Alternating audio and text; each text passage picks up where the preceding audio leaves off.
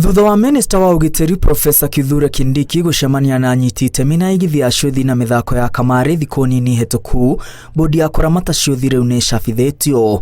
Kũhetũkĩra ngathĩti ya thirikari namba 280 ya mũthenya wa ira, Profesa Kithure Kindiki ahete wĩra Ndagĩtarĩ Janet Mwikali Makau gutongoria bodi ĩno. Mwikali akoretwo agĩtungata ta mũrũgamĩrĩri rũhonge-inĩ rwa gũtega na kũiga maĩ bũrũri-inĩ NWHSA.